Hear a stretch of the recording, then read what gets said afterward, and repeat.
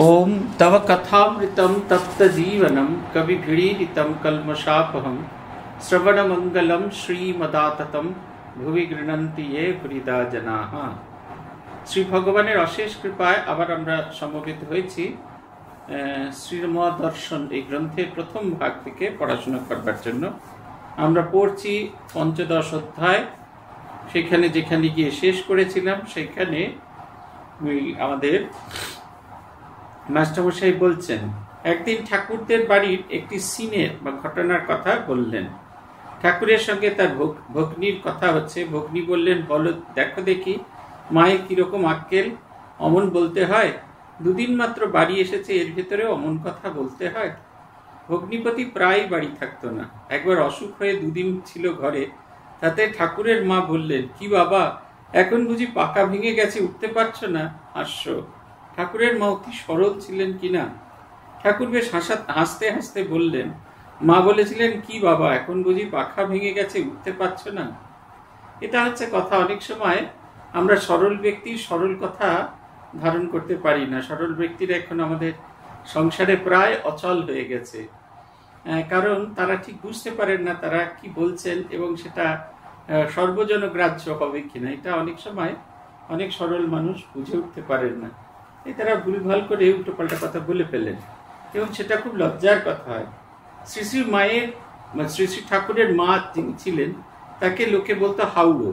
হাউড়ো মানে যার পেটে কোনো কথা থাকে না, এবং তারই পেটে কথা থাকে না। সে জগৎ সংসারে যে সবাইকে বিশ্বাস করে, সবাইকে তার আপনার বলে বোধ করেন, তাই তার পেটে কথা থাকতো না এবং তাকে অনেক কাণ্ড করে কন্ট্রোল করতে হতো।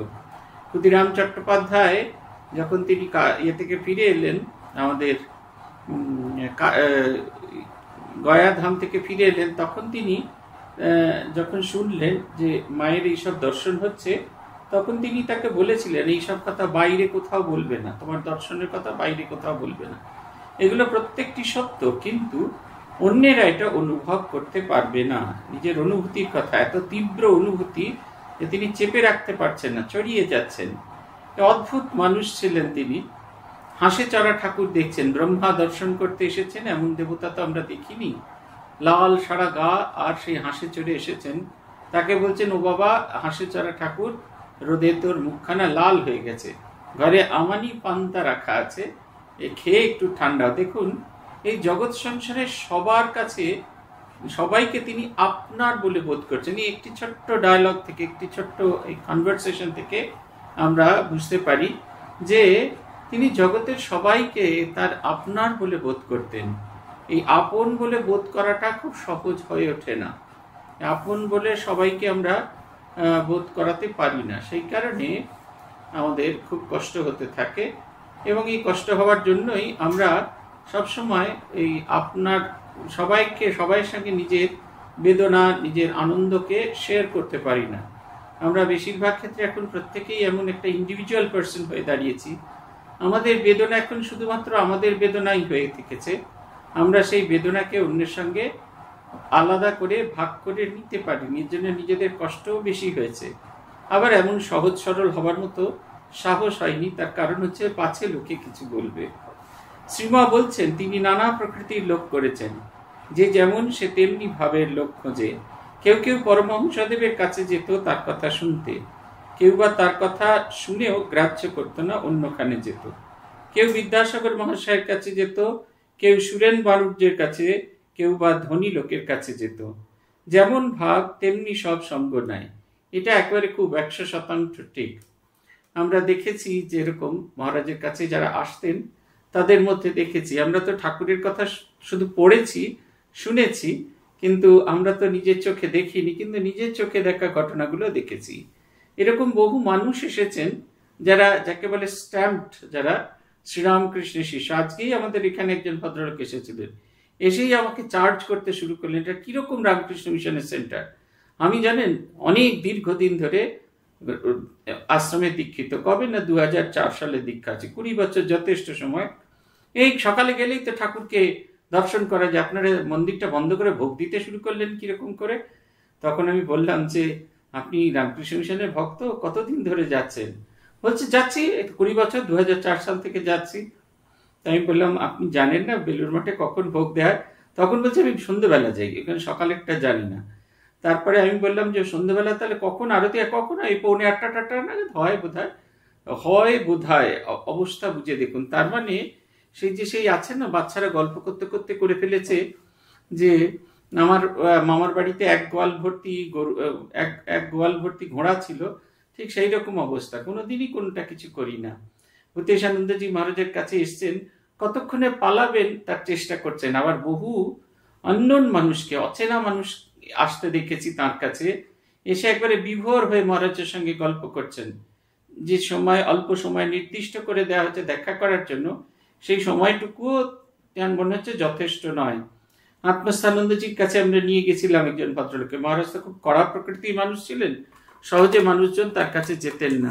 সিকিমের গভর্নর এসেছিলেন, তিনি কিছুতেই আমাকে শেষ অবধি বলছেন, আমার ওনার ডিউটি ছিল, ওনাকে নিয়ে গেছিলাম, তিনি বলছেন আমার কিছুতেই ওনার কাছ ছেড়ে যেতে ইচ্ছা করছে না। হয়তো উনি আমার সঙ্গে একটাও কথা বলবেন না, কিন্তু উনি যে শান্তভাবে বসে আছেন এটা দেখতেও আমার খুব ভালো লাগছে। আমরা যেরকম মনের মানুষ, আমরা সেই রকম মনের মানুষ খুঁজে বেড়াই। আপনারা দেখবেন এরকম মনের মানুষ খুঁজে আপনারা পাবেন। আমরা সেই কারণে নিজের টেস্টটাকে খুব ভালো করতে হয়। আপনার টেস্ট যত ভালো হবে, ভগবানের কৃপায় আপনি সেই রকম ভালো ভালো মানুষের সঙ্গে সংযোগ স্থাপন করতে পারবেন। আপনার মনের সংযোগ হবে ভালো ভালো লোকের সাথে। এটা খুব খুব প্রয়োজনীয় এবং খুব এটা একেবারে সত্যি, ভীষণ রকমের সত্যি যে আপনারা সেই নতুন মনের মানুষের সঙ্গে আপনাদের যোগাযোগ হবে। তাই নিজের টেস্টটাকে খুব উঁচু করতে হয়, নিজের টেস্টটাকে ভালো করতে হয়। দেখবেন আপনি ঠিক ওই রকম মানুষ খুঁজে পাবেন। শ্রীমা বলছেন জনৈক ব্রহ্মচারীকে, হ্যাঁ ভাগবতে পড়া হচ্ছিল, ব্রহ্মচারীর কর্তব্য কি বলতো? ব্রহ্মচারী বলছেন গুরু সেবা, নিয়ম ও পাঠ। শ্রীমা বলছেন হ্যাঁ, আর অন্তর বহি শৌচ। গুরু সেবা বড় কঠিন, তার কৃপা হলে এ করা চলে। নিষ্কাম ভাবে না করলে উল্টো ফল হয়। নিষ্কাম সেবাতে ঈশ্বরে ভক্তি হয়, গুরু ও ইষ্টে ক্রমে অভেদ জ্ঞান হয়। বরানগর মঠে একজন সেবা করেছিল 6 মাস, ঠাকুর সেবা, সাধু সেবা। আশ্রমে থালা বাসনও কখনো মাজতেন। সেবা করতো বটে, কিন্তু এদিকে অফিসের কাজে লাগে অমন সব বই পড়তো। শেষে চাকরি নিল, বিয়ে করলো, মাসে 20 টাকা মাইনে হলো, এখন বুঝি 100 টাকা বেতন। তাই সর্বদা প্রার্থনা, প্রভু ভুলিও না। নির্জনে গোপনে প্রার্থনা করতে হয়। দক্ষিণ দিকের ওইসব মাঠে একলা নির্জনে গোপনে থাকলে তবে ভালো ধারণা হয়। আমরা সকলের কাছে লুকোতে পারি, শুধু একজনের কাছে কখনো লুকোতে পারি না, তিনি হলেন ভগবান। ভগবান অন্তর্যামী, তিনি আমাদের মনের কথা জানেন। যতই আমরা ড্রেসড হয়ে থাকি, যতই আমরা নিজেদেরকে একটা আবরণের মধ্যে লুকিয়ে রাখি, কিন্তু ভগবানের কাছে কোনো আবরণই কাজ করে না। তিনি আমাদের অন্তরের অন্তর্নিহিত সত্যটিও জানতে পারেন এবং সেই অনুযায়ী আমাদের সেদিকে নিয়ে যান। সেই কারণে নিরন্তর প্রার্থনা, যে বলছিলাম আগে টেস্টটা ভালো করতে হয়, নিজের নজরটাকে উঁচু করতে হয়। এই নজরকে উঁচু করার জন্য সবসময় ঈশ্বরের কাছে প্রার্থনা করতে হয় যে আমাকে কখনো ভুলিও না, কারণ সামান্য একটু বিচ্যুতি হলেই তিনি ভুল পথে যাত্রা করবেন। আমরা তখন কলেজ পড়ুয়া, প্রত্যেকবার তখন আমি এতটা মোটা ছিলাম না, তখন প্রত্যেকবার হিমালয় ট্রেকিং করতে যেতাম এবং ফিরে আসবার পথে আমাদের ট্রেন ধরতে হতো লখনৌ থেকে। তাই লখনৌতে কতগুলো জায়গা আমরা প্রত্যেকবার দেখতে যেতাম। আমরা 3 জন যে সঙ্গী ছিলাম, আমরা প্রত্যেকবার দেখতে যেতাম। তার মধ্যে একটা ছিল হচ্ছে এই ইমামবাড়া বা ভুলভুলাইয়া, ছোটা ইমামবাড়া বা ভুলভুলাইয়া। প্রথমবার সেখানে যখন গেলাম, তখন আমরা যখন গিয়ে পৌঁছেছি তখন একজনও গাইড নেই, এত ভিজিটার, সব গাইডরা বুকড হয়ে গেছেন।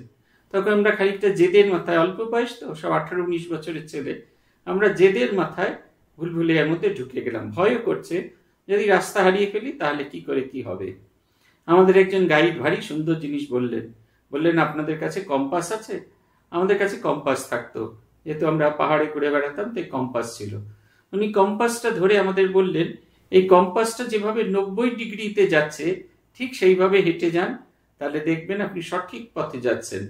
এই যে দোতলার অংশটাই পুরো ইবাদত, এই ইমামবাড়াটা, এটা হচ্ছে ইবাদতখানা, ঈশ্বরের কাছে প্রার্থনা করার জায়গা। দোতলাটা এরকম ভুলভুলাইয়া করা হয়েছে কেন? যারা প্রার্থনা করতে এসছে তারা সঠিক পথ খুঁজে পাবে, যারা প্রার্থনার ছলে মানুষকে হানি করতে এসছে তারা সঠিক পথ খুঁজে পাবে না। তাদের মন তো ঈশ্বরের দিকে একমুখী নয়, তাদের মন বক্র। উনি দেখালেন যে সামান্যতম একটু যদি জায়গা বেঁকে যাই তাহলে ভুলভুলাইয়া গিয়ে একবারে দেওয়ালের সামনে গিয়ে থামবো, অথবা কোনো গর্তে পড়ে যাব। সোজা পথে যদি এই কম্পাসটাকে ধরে আমরা এগিয়ে যাই তাহলে আমরা এগিয়ে যেতে পারবো। ঠিক সেই রকম জীবনে যতক্ষণ আমরা সোজা পথে, কম্পাস হচ্ছে ঈশ্বর, ঈশ্বরকে আঁকড়ে ধরে এগিয়ে যেতে পারবো, তখন কোথাও কখনো পথের ভুল হবে না। এ কথা নিশ্চিত, এ কথা নিশ্চিত, এ কথা নিশ্চিত। আমাদের কোনো অবস্থাতেই পথের ভুল হতে পারে না। ভগবান আমাদের ঠিক হাত ধরে এগিয়ে নিয়ে যাবেন। সেই কারণে ঈশ্বরকে কেন্দ্র করে, ঈশ্বরকে আঁকড়ে ধরে থাকতে হয়। ঈশ্বরকে তেমন জোর করে আঁকড়ে ধরতে পারা যায় না। তাই ছোট ছেলে যেরকম সেই এরকম হাতটা তুলতে থাকে সবসময় বাবার কাছে গিয়ে, ওই রকম ভগবানের কাছে গিয়ে হাতটা তুলতে হয়। হাতটা তোলা হচ্ছে ওই প্রার্থনা করা। তিনি সবসময় ওই প্রার্থনা করতে বলছেন যে যেন আমাদের কখনো ভুল না হয়। গুরু সেবার কতগুলো নিয়ম, ব্রহ্মচারীর কর্তব্য হচ্ছে গুরু সেবা, নিয়ম আর পাঠ। গুরু সেবার অর্থ এখানে বলা হচ্ছে গুরুর সেবা। পূজ্যপাদ ভূতেশানন্দজি মহারাজকে জিজ্ঞাসা, একদিন আমার মনে হয়েছিল যে ওরা শরীরের সেবা করলে ভালো হয়। পূজ্যপাদ ভূতেশানন্দজি মহারাজ একদম পরিষ্কার ভাষায় আমাকে বলেছিলেন যে গুরু যে পথটি দেন, যে সাধন পথটি দেন, সেই সাধন পথটির সেবা করলে সেটা গুরুর কাছে গিয়ে পৌঁছয়। গুরু মানে এখানে তিনি ইষ্টকে বোঝাচ্ছেন। শ্রীরামকৃষ্ণময় জীবন কাটানোর কথা বলতেন। একবার নয়, দুবার এই ঘটনাটি ঘটেছিল এবং তিনি অত্যন্ত স্পষ্ট আকারে এই কথাটি বলেছিলেন। আজকে একজন জিজ্ঞাসা করছিলেন, আগামী তার গুরুদেব হচ্ছেন পূজ্যপাদ স্বামী দিব্যানন্দজি মহারাজ। আমি গুরু পূর্ণিমার দিন কাশীপুর যাব কিনা তিনি জিজ্ঞাসা করছিলেন। আমি তাকে উত্তর দিলাম, খানিকক্ষণ আগে হোয়াটসঅ্যাপে তিনি লিখছিলেন। আমি তাকে বললাম 1998 সালে আমার গুরু শরীর ছেড়ে চলে গেছেন। তবে থেকে শ্রীরামকৃষ্ণই আমার গুরু, আমার শ্রীরামকৃষ্ণই আমার ইষ্ট। আর যখন যে আশ্রমে থেকেছি তখন সেই শ্রীরামকৃষ্ণের মূর্তি আমার গুরু মূর্তি, তার সঙ্গ করাটাই আমার সঙ্গ। কোনো জায়গায় যদি আমি নাও থাকি, আমি যদি বেলুড় মঠে নাও থাকি, সঙ্ঘগুরুর কাছাকাছিও নাই থাকি, আমার গুরুর যদি কাছেও না থাকি, তথাপি এইটা একবারে দৃঢ়ভাবে আমার মনে হয় যে আমি আমার গুরুর কাছেই আছি। আমাদের প্রত্যেকের এই ভাবনাটা থাকা দরকার। আমরা যত দূরেই থাকি না কেন শ্রীরামকৃষ্ণের কাছ থেকে কখনো দূরে নই। হয়তো গুরুর সমীপে নেই, কিন্তু শ্রীরামকৃষ্ণকে যদি আমাদের গুরুমূর্তি হিসেবে আমরা কল্পনা করি, এবং সেটাই কল্পনা করা ঠিক, সেটা যত গভীরভাবে কল্পনা করতে পারবো তত দেখবেন এই হতাশা কাটবে না, হতাশা কেটে যাবে আমাদের মন থেকে। প্রথমটা হচ্ছে গুরু সেবা, 2 হচ্ছে নিয়ম, অন্তর বহিঃশৌচ, আর 3 হচ্ছে পড়াশুনো। কেন পড়াশুনো, পাঠ কেন দরকার? কারণ মনকে নিয়মিত মাজা ঘষা করতে হয়। এই পাঠের মধ্যে 2টো জিনিস ঢুকতে হচ্ছে। একটা হচ্ছে পাঠ, একটা শ্রবণ, একটা মনন, আর একটা নিদিধ্যাসন। একটা তার কথা জানা বা শোনা, একটা হচ্ছে চিন্তা করা, আর একটা হচ্ছে সেই চিন্তা করা বস্তুকে জীবনের অঙ্গ করে নেওয়া। এই 3টি জিনিসের প্রয়োজন আছে। শুধুমাত্র পড়ে গেলাম আর কোনো কাজে লাগলো না, তাহলে কিন্তু হবে না। এরকম হলে মুশকিল।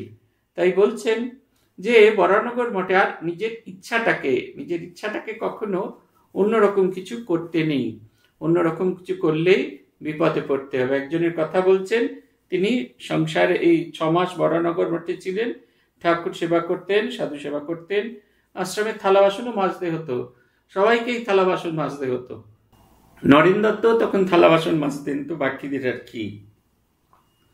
আর সবসময় চাকরির বই পড়তেন। অবশেষে অফিসে চাকরি নিলেন। প্রথমে 20 টাকা মাইনে হলো, বিয়ে করলেন, এখন তিনি 100 টাকা মাইনে পান। তাই সদা সর্বদা প্রার্থনা, প্রভু ভুলিও না। এই যে ভুলিও না কথাটা, ভুলো না, আমরা বেশিরভাগ ক্ষেত্রে বলি ভুলো না, তুমি আমায় ভুলো না, তা কিন্তু নয়। তিনি কখনোই আমায় ভুলতে পারবেন না, কিন্তু ভোলার কাজটা আমাদের।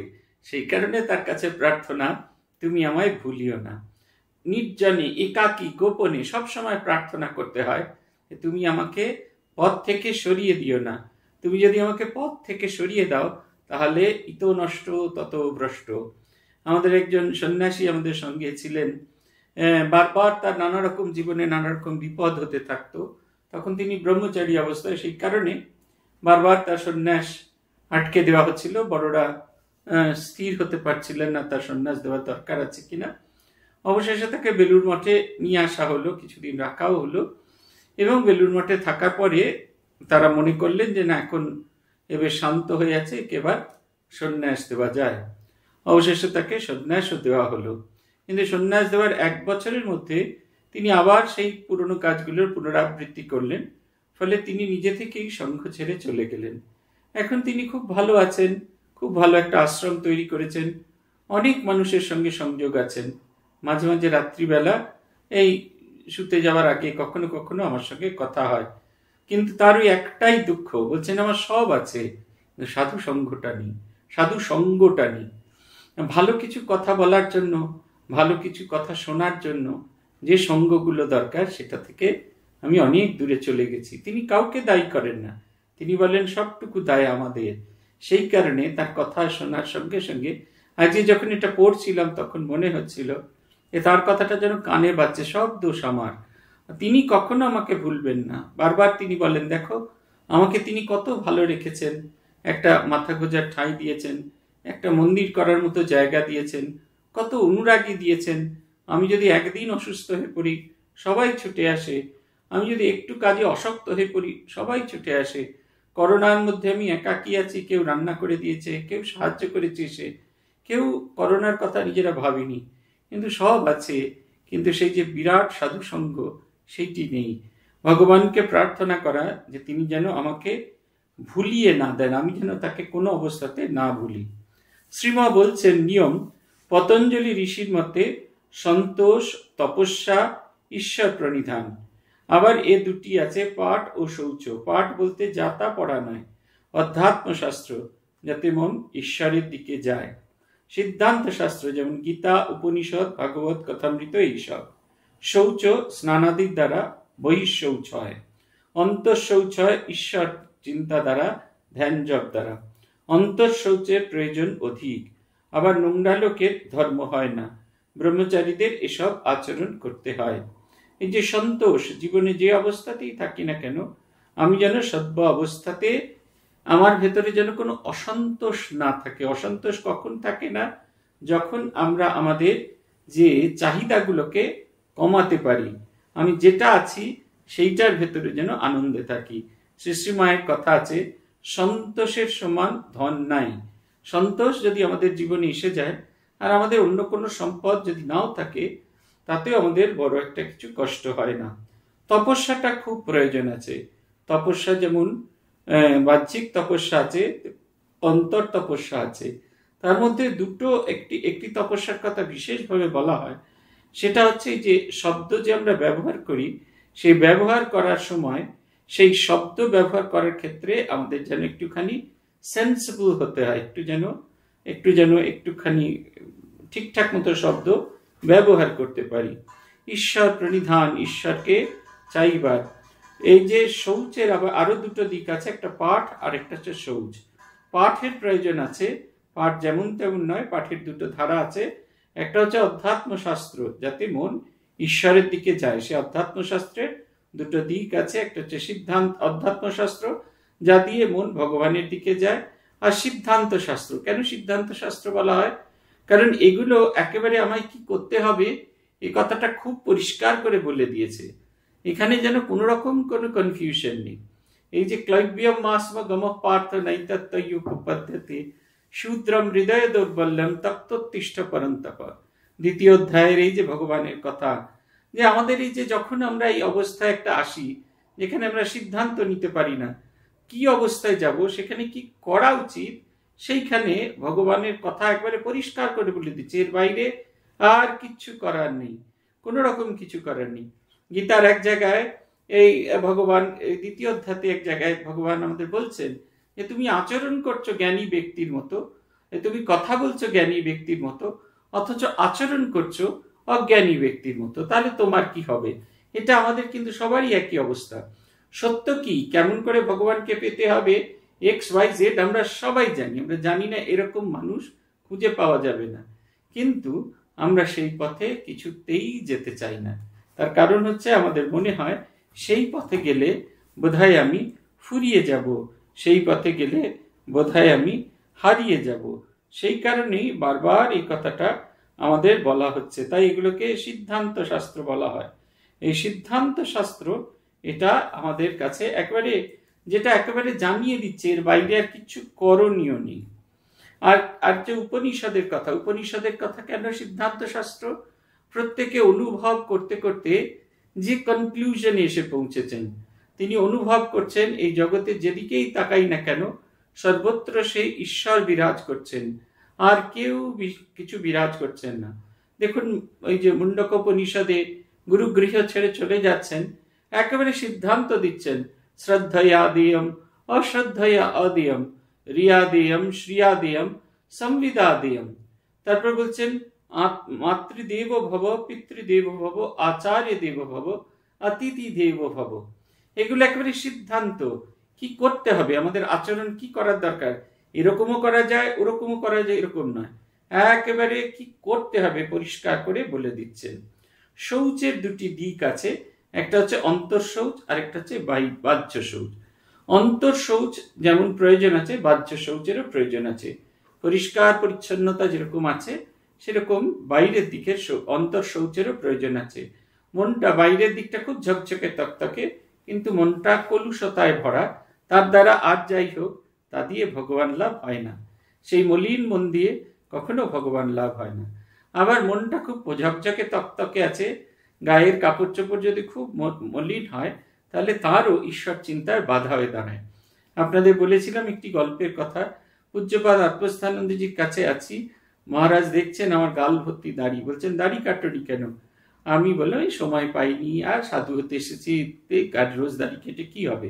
খুব বকুনি দিলেন, বললেন আমার ৭৪ বছর বয়স, একটাও দাঁত নেই, রেঞ্চার পরে রোজ দাড়ি কাটি, তুমি কাটতে পারছো না? এত ছোট ছেলে। আমার সঙ্গে ওনার বয়সের ফারাক ছিল একবারে পারফেক্ট 50 ইয়ার্স, একদম 50 বছরের ফারাক দুজনে। তা উনি ওই কারণে সবসময় এটার অ্যাডভান্টেজ নিতেন, খুব বকতেন। তারপরে পরের দিন দাড়ি কেটে এলাম, ও নিয়ে কিন্তু কোনো কথা বলছেন না। বলছেন দাড়ি কেটেছিস, বা আয়নায় মুখ দেখেছিস? আমি হ্যাঁ আয়নায় মুখ দেখেছি। কেমন দেখাচ্ছিল? বলছে ঝকঝক। আমি বললাম ঝকঝক করছিল। উনি কিন্তু আর অন্য কিছু বললেন না, বললেন ওই রকম ভাবে নিত্য নিয়মিত ভাবে ঈশ্বর চিন্তা করলেও, জপ ধ্যান করলে, ভগবানের নাম করলেও ভেতরটা ওরকম ঝকঝক করবে। দেখুন, এই যে বহিঃশৌচের সঙ্গে অন্তঃশৌচের একটা সংযোগ স্থল, এটা তিনি জুড়ে দিলেন। দুটোরই প্রয়োজন আছে। বাহ্যিক মানে সৌন্দর্য নয়, বাহ্যিক পরিচ্ছন্নতা যেরকম প্রয়োজন আছে, তেমনি আভ্যন্তরীণ ব্রহ্মচর্য থাকা দরকার। ব্রহ্মচর্য নিয়ে 12 বছর থাকতে হয়, তারপর সন্ন্যাস। আজকাল 2-1 বছরের মধ্যেই সন্ন্যাস নিয়ে একেবারে পাকা হয়ে যায়। এ তো ফ্যাশন নয়, গেরুয়া, এ তো সাইনবোর্ড। কিছু না জমতেই সব বের করে দেওয়া সাইনবোর্ড দিয়ে। শুধু গেরুয়াতে কিচ্ছু নয়, মনটিও সঙ্গে সঙ্গে রঙিন হয়, তবে ঠিক। মন যদি সর্বদা ঈশ্বরে মগ্ন থাকে তখনই গেরুয়া নেওয়া যথার্থ, নয়তো অনেক দিন গুরু সেবা করে তারপর নেওয়া। আমাদের সঙ্গে এখন আর এরকম 12 বছরের সন্ন্যাস হয় না। এখনো শ্রী শারদা মঠের যে সন্ন্যাস হয় সেটা 12 বছর পরে হয়। আমাদের 10 বছর পরে আনুষ্ঠানিক সন্ন্যাস দিয়ে দেওয়া হয়। কিন্তু তার আগে ভাবতে বলা হয়। এত দীর্ঘ সময় ধরে ভাবতে হয় যে সন্ন্যাস নেওয়ার আগে আমাদের নিজেদের ভেতরে যেন একটা প্রত্যয় তৈরি হয়ে যায়, সেইটা কথা হয়। বলছেন আজকাল 2-1 বছরের মধ্যেই সন্ন্যাস নিয়ে একেবারে পাকা হয়ে যায়। এই কথাটা উনি ঠিক বলেছেন, এই যে দীর্ঘ সময় দরকার সন্ন্যাস নেওয়ার জন্য। কারণ যারা খুব দ্রুত হঠাৎ করে মনে হলো গেরুয়া নেব, বাড়ি ঘর ছেড়ে এসছি, পরবর্তীকালে সন্ন্যাস নেবার পরে আমরা দেখেছি তাদের সবকিছু খুব খুব পাকা হয় না। সেই সংসারের যে বৃত্তিগুলো তাদের ভেতরে থাকে, এর কথা তাকে লাগানো, তার কথা ওকে লাগানো, ওর কথা ওকে লাগানো, যেহেতু মনটা ঈশ্বরাভিমুখী হয় না, তাই সেইগুলোই থেকে যায়। আমাদের সঙ্গে একজন ছিল, সে যখন গৃহস্থাশ্রমী ছিল তখন তীব্র বৈরাগ্য ছিল, কেন তার সন্ন্যাস হচ্ছে না, কেন তার কিছু হচ্ছে এই নিয়ে তার একটা অদ্ভুত কোয়েস্ট ছিল। কিন্তু পরবর্তীকালে সব যখন খুব পরিষ্কার হয়ে গেল, উত্তরকাশীতে গিয়ে তার সন্ন্যাস হলো, সেখান থেকে গিয়ে থাকার জন্য একটা কুটিয়াও হয়ে গেল। যেহেতু সব সময়টুকু ভগবানকে উজাড় করে দেওয়ার ব্যবস্থা তার মনের নেই, তাই ওই একে তাকে ফোন করে এখানকার কথা ওখানে, তার কথা তাকে, এইটি অনেকখানি চর্চা করে থাকেন।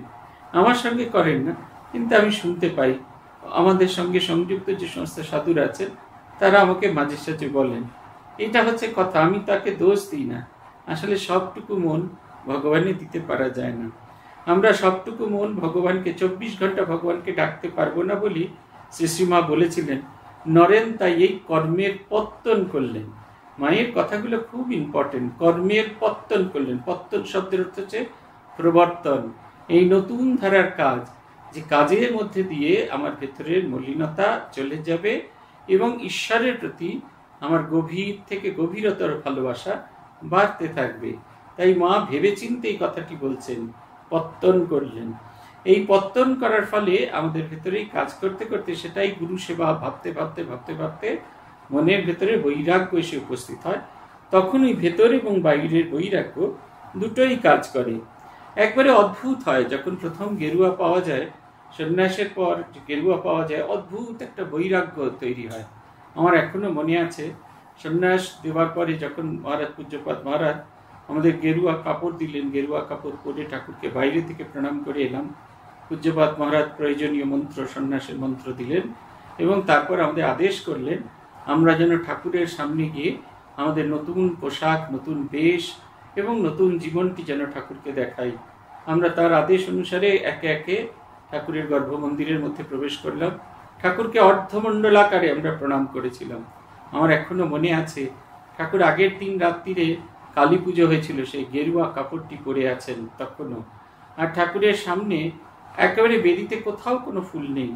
কালী পুজোর রাত্রিরে যে পদ্ম ফুলটা দিয়ে আরতি করা হয়েছিল, সেই পদ্ম ফুলটা একটা ছোট্ট ফ্লাওয়ার ভাসে রাখা রয়েছে। সর্বত্র একটা যেন বৈরাগ্যের ভাব, মনে হচ্ছে জগৎ সংসারে শ্রীরামকৃষ্ণ ভিন্ন আর কেউ কোথাও নেই, আর কারুর কোনো অস্তিত্ব নেই।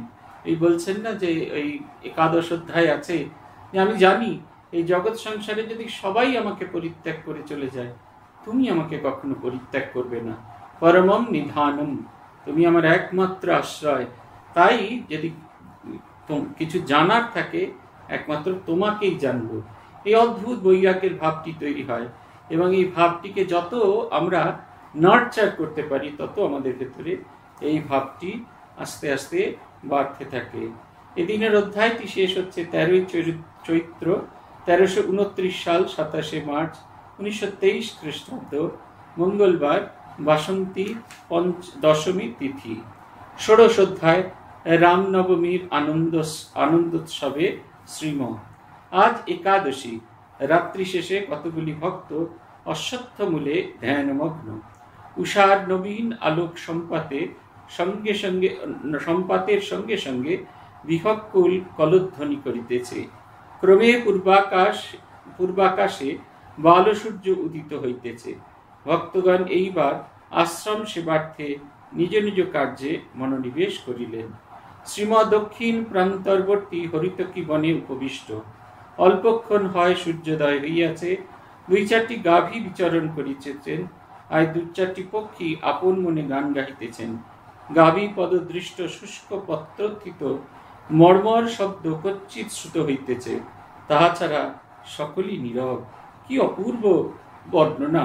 চোখ বন্ধ করলেই, বর্ণনা শুনলেই মন ভগবানের দিকে এগিয়ে যায়।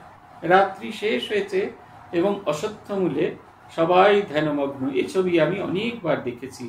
আমরা যখন রাত্রিবেলায় প্রায় 3:45 সময় মন্দিরে চলে আসতাম, তখন দ্রুত ছিল মশার আক্রমণ থেকে কি করে বাঁচব। বেলুন মাঠে প্রচণ্ড মশা, তাই মাথা থেকে পা অবধি ঢেকে রাখা হতো। আমরা অভ্যাস করেছিলাম উত্তরীয়র ফাঁক দিয়ে ঠাকুরের মঙ্গলারতি দেখা। তারপরে জপ ধ্যানে আমরা বসে যেতাম। পূজনীয় বিমলাত্মানন্দজি আমাদের সঙ্গে এমনভাবে অভ্যস্ত করিয়ে দিয়েছিলেন জপ করার, যে জপ ধ্যান করা ছাড়া আর অন্য কোনো কাজ নেই। এমনকি ঢুলো, এখন তো অনেক সময় টুমিয়েও পড়ি, কিন্তু তখন ঘুমিয়েও পড়তাম না। একটা অদ্ভুত অ্যালার্টনেস কাজ করতো। এই সময়টা জপ ধ্যান করারই সময়। এই সময় আর অন্য কোনো কিছু কাজ করবে না। তারপরে যখন জপ ধ্যান শেষ হয়ে যেত, তখন প্রায় 5টা বাজো সূর্যোদয় হয়েছে, আর মন্দিরের জানলাগুলি দিয়ে আলো এসে পড়েছে। আলো অন্ধকারময় মন্দিরের নাট মন্দিরটা সম্পূর্ণ অন্ধকার করে দেওয়া হয় তো মঙ্গল আরতির পরে। সেই আলো অন্ধকারময় নাট মন্দিরে সার সার সাধু ব্রহ্মচারী বসে জপ ধ্যান করছে। কারুর মাথা থেকে পা অব্দি ঢাকা, কারুর গা খালি, কেউ সোজা হয়ে বসে আছেন, কেউ একটু ঝুঁকে বসে আছেন, কিন্তু সবাই এক মন প্রাণ দিয়ে ভগবানের প্রার্থনা করছেন। এই যে ছবিটা, যে আর চতুর্দিকে পাখির কলতান, অদ্ভুত, সেই পাখি গান গাইছে। বেলুড় মঠের ওই সময়ের ছবিটি অপূর্ব। এটি আপনারা দেখতে পান না, এটা সত্যি কষ্টকর, কিন্তু এই ছবিটি অপূর্ব। এই ছবিটি ভীষণ সুন্দর, মানে একেবারে বেলুড় মঠের ক্রিম যেটা, সেটাকে এই সময় বলা। এই সময়টা রাত্রিবেলা, যখন ঠাকুরের ভোগ ওঠে 8:30টার সময়, তখন তো সব বন্ধ করে দেওয়া হয়। সেই সময় এই সকালের আসনগুলো পেতে দেওয়া হয়। আর আমরা যারা মঠে থাকতাম, আমরা ওই রাত্রিবেলা খাবার আগে আধা ঘন্টা গিয়ে মন্দিরে এসে বসতাম। সবাই বসছেন আমাদের সঙ্গে, সহিতানন্দজিও বসছেন, ভজনানন্দজিও বসছেন, আমরা সাধু ব্রহ্মচারীরাও বসছি। একবারে নিঃশব্দ, শান্ত, আর সবাই সেইখানে বসে গভীর মনে জপ ধ্যান করছে। সেই সময় পাখির কলতান শোনা যায় না, কারণ অন্ধকার, এই তখন রাত্রি থাকে, পাখিরা সব ঘুমিয়ে থাকে। ভোরবেলা পাখির সেই অপূর্ব কলতান শোনা যায়। শ্রীমৎ তৈত্তরী উপনিষদে ভৃগুবল্লী সুর করিয়া পাঠ করিতেছেন। সম্মুখে একজন ব্রহ্মচারী বসিয়াছেন, পাঠান্তে ভৃগু বরুণ সংবাদ বলিতেছেন। ভৃগু ঋষি পিতা বরুণের নিকট উপস্থিত হইয়া অতি বিনীতভাবে বলল, অধিহি ভগবো ব্রহ্মেতি, ভগবান আমাকে ব্রহ্মতত্ত্ব শিক্ষা দিন। পুত্রকে ব্যাকুল দেখিয়া পিতা বলিলেন, यतो वा इमानि भूतानि जायन्ते येन जातानि जीवन्ति यत् प्रत्यन्तभि संविशन्ति तद विजिज्ञासस्व तद ब्रह्मेति। জগতের সমস্ত প্রাণীগণ যা থেকে উৎপন্ন, যা দ্বারা বেঁচে থাকে, আর অন্তে যাকে আশ্রয় করে, তাই ব্রহ্ম বলে জানবে। পিতার আদেশে ভৃগু তপস্যা করতে লাগলেন। কিছুদিন পরে আসিয়া বলিলেন, আগে মনে হচ্ছে অন্নই ব্রহ্ম, কারণ অন্ন থেকে শরীর উৎপন্ন হয়, অন্ন দ্বারা রক্ষা হয়, আবার অন্নে পরিণত হয় শেষে। বরুণ বললেন, হয় নাই, তপস্যা করো, জানতে পারবে। আর দেখো, তপস্যাই ব্রহ্ম, তপঃ ব্রহ্মেতি। এই রূপে আবার 3 বার পিতার কাছে আসেন। কখনো বলছেন প্রাণ ব্রহ্ম, কখনো বলছেন মন ব্রহ্ম, কখনো বলছেন বুদ্ধি ব্রহ্ম। আসলে আমাদের মন যেরকম ফাইন হতে থাকে, আমাদের চিন্তাগুলো তত গভীর হয়। দেখবেন আপনাদের সেই হয় না, যখন আমাদের হয়, আমরা যখন ওই পড়াশোনা করতে করতে থাকি, আমাদের যখন এই ভাবনা চিন্তা হতে থাকে, আমরা প্রথমে শ্রীরামকৃষ্ণকে মূর্তিময় রূপে চিন্তা করে থাকি, প্রস্তরীময়, কাগজময়, এইসব ভাবে ভাবি। তারপরে এক সময় মনে হয় না, ইনি প্রস্তরীভূত নয়, ইনি জীবন্ত জাগ্রত। যত তার সঙ্গে সংযোগ স্থাপন হয়, তখন দেখবেন মন্দিরে গেলে বা ঠাকুর ঘরে গেলে, নিজের ঠাকুর ঘরে গেলে তাকে জীবন্ত জাগ্রত মনে হবে। মনে হবে এই বোধহয় তিনি আপনার সঙ্গে কথা বলবেন, এক্ষুনি যেন কথা বলবেন। এইবারে এই রূপে 3 বার পিতার কাছে আসেন। কখনো বলছেন প্রাণ ব্রহ্ম, কখনো মন, কখনো বুদ্ধি। পিতার ওই এক কথা, তপস্যা করো, জানিতে পারবে। অবশেষে আনন্দ স্বরূপ ব্রহ্মজ্ঞান লাভ করলেন। তখন কি আনন্দ! সর্বভূতে সর্ববস্তুতে ব্রহ্ম দর্শন করিয়া উচ্চৈস্বরে ব্রহ্ম গুণগান করিতে লাগিলেন। শ্রীমা বলছেন, তাকে দর্শন করলে মনের সব সংশয় যায়। ছিদ্যন্তে সর্ব সংশয়াঃ, নচেত বড় শক্ত যায় না, তাই এক একবার ব্রহ্ম বলে ধরেন আর ছাড়েন। মন প্রসন্ন হয় না কিনা? ঠাকুর বলছেন, বাক্সটা মুখে মুখে পড়ছে না, দাঁতে দাঁত লাগা। যতক্ষণ না দাঁতে দাঁত লাগছে, ততক্ষণ পর্যন্ত এই রকম তপস্যা চলতেই থাকবে। আমাদের যত সময় যাবে, দেখবেন যত কেউ সিরিয়াসলি সাধন ভজন করছেন, আপনারা নিজেরাই অনুভব করতে পারবেন ঈশ্বর আর কোথাও নেই, আপনাদের মধ্যে আছেন, আপনার সামনে আছেন। তখন দেখবেন শ্রীরামকৃষ্ণকে কত আপনার বলে মনে হবে কি এক ছুট্টে গিয়ে তাকে দেখি। বাড়িতে ফিরে এসে যেরকম নিজের প্রিয়জনদের জন্য দেখার ইচ্ছা হবে, তার চেয়েও বেশি তীব্র ইচ্ছা হবে কতক্ষণ গিয়ে তাকে গিয়ে দেখবো, কতক্ষণ পরে ঠাকুরকে এসে দেখবো। মনে হবে ওই ঠাকুর ঘরে তিনি আমার জন্য অপেক্ষা করিয়াছেন। তিনি সাধারণ একটা ছবি নন, তিনি সাধারণ একটা পূজনীয় বস্তু নন, তিনি আমার খুব আপনার জন। কালকে দেখছিলাম প্রব্রাজিকা প্রেম প্রাণা মাতাজি, যিনি সদ্য শ্রী সারদা মঠের অধ্যক্ষা হয়েছেন, এবং কালকে বিশেষ তিথি, কালকে প্রব্রাজিকা ভারতী প্রাণা মাতাজি শ্রী সারদা মঠের প্রথম অধ্যক্ষা এবং শ্রী শ্রী মায়ের মন্ত্রশিষ্যা এবং তার সেবিকা ছিলেন, তাঁর কালকে আবির্ভাব তিথি। এবং প্রেমপ্রাণা মাতাজি ছিলেন পূজনীয় ভারতী প্রাণা মাতাজির সেবিকা, শেষ সেবিকা। তিনি সেই এবার প্রেসিডেন্ট হলেন। তিনি মাকে ফুল দিয়ে সাজাচ্ছেন, পদ্ম ফুলটি দিয়েছেন, তারপরে অন্য একটা ফুল দিয়ে সামনের দিকে সেই পদ্ম ফুলের নিচে রেখে দিয়েছেন। ছোট্ট ছোট্ট বেল ফুল পুষ্পপাত্র থেকে তুলে সেই পদ্ম ফুলের মধ্যে একটু একটু করে সাজাচ্ছেন। তারপরে আরো অন্য ফুল তার মোটা ভেঙে সেগুলো দিচ্ছেন। তাকে দেখে মনে হচ্ছিল তিনি যেন জীবন্ত জাগ্রত শ্রীমা সারদা দেবীকে দেখছেন, এবং ওই পদ্ম ফুল দিয়ে ওই সাজিয়ে যেন তার তৃপ্তি হচ্ছে না, সেই মালার ধারে ধারেও দিচ্ছেন, সব কিছুতে মনে হচ্ছে না তিনি যেন তৃপ্ত হচ্ছেন না, যেন যত দেখছেন তত মনে হচ্ছে যেন তিনি যেন মায়ের ভাবে একেবারে ডুবে আছেন, একদম ডুবে আছেন তার মধ্যে। এই যত তাকে দর্শন করতে পারবো আমরা, আমাদের অন্তরে যাবতীয় সংশয় ছিন্ন হয়ে যাবে। ছিদ্যান্তে সর্ব সংশয়াহা। এই যতক্ষণ সংশয় থাকবে ততক্ষণ দেখবেন আমাদের ভাবটা, আজকে কোনো একটা জিনিসে আমার খুব বিশ্বাস হয়েছে, কালকে আর সেই বিষয়ে আমার কোনো বিশ্বাস থাকবে না, এই বোধটা আমাদের ভেতরে আসবে। তাই যত তাকে চিন্তা করতে পারবো, যত তার ভাবে ভাবিত হতে পারবো, তত আমাদের অন্তরের জিনিসগুলো ঠিক হয়ে যাবে। প্রথমে বললেন অন্ন, তারপরে প্রাণ, মন, বুদ্ধি, একবার এক একটিকে ব্রহ্ম বলেন। পিতা বললেন হলো না, এগিয়ে যাও, তপস্যা করো। শেষ যখন হলো তখন নিজেই বুঝতে পারলেন। কি সুন্দর কথা বলছেন। প্রথমে চেনা পরিচিত মানুষ দিয়ে, চেনা পরিচিত উদাহরণ দিয়ে ভগবানকে চিন্তা করার চেষ্টা করলেন। তার বাবাও তাকে বলেছিলেন না, যে জগতের প্রাণীগণ যা থেকে উৎপন্ন, যা দ্বারা বেঁচে থাকে এবং অন্তে যাকে আশ্রয় করে, তাই ব্রহ্ম বলে জানবে।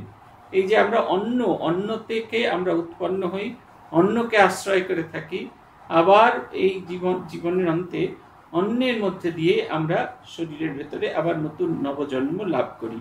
তাই তার প্রথম অন্নের কথাই মনে হয়েছিল।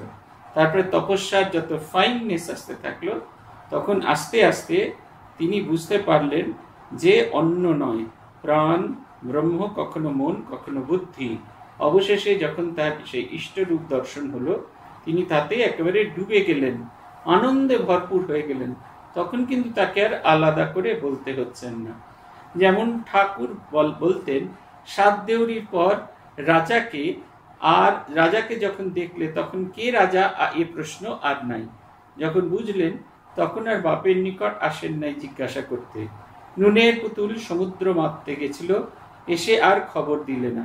সব সংশয় দূর হয়ে গেল তাকে দেখে, সব দুঃখ দূর করিলে দর্শন দিয়ে। তপস্যা না করলে এসব তত্ত্ব বোঝা যায় না। তপস্যা করলে মনের সংশয় অনেকগুলি আপনি নাশ হয়, একাগ্রতা হয়, সমদম, তিতিক্ষা, এসব গুণগুলি আসে। ইন্দ্রিয় সংযম আর মনের একাগ্রতা হলেই হলো। চিত্ত শুদ্ধি না হলে হবার জোর নেই। খোলা জলে ছায়া পড়ে না, তাই তপস্যা করতে হয়। ব্রহ্মা, বিষ্ণু, শিব সকলকেই তপস্যা করতে হয়। তপস্যা চাই, এটা হচ্ছে খুব বড় কথা। ঘোলা জলে কখনো পারে না। আপনাকে জলকে শিথিল করতে, শান্ত হবার সুযোগ দিতে হয়। জল যখন শান্ত হবে, মাটিগুলো যখন নেমে যাবে, উপরের জল যখন পরিচ্ছন্ন হবে, সেই জলে মুখ দেখা যায়। আমাদের মনেও যখন কামনা বাসনা জড়িত মন থাকে, সেই কামনা বাসনা জড়ানো মনে ঈশ্বরকে যতই আমরা চিন্তা করতে চাই, আমরা কিছুতেই তার দর্শন, তার দেখা পাই না।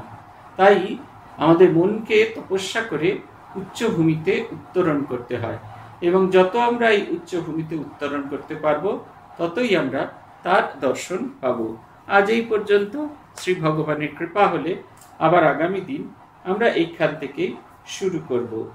ওম প্রণতানাং প্রসীদত্বম দেবী বিশ্বার্তিহারিণী त्रैलोक्यवासिना विद्ये लोकानां वरदा भव। ओम शांति, ओम शांति, ओम शांति। हरि ओम तत्सत्। श्री रामकृष्णार्पणमस्तु।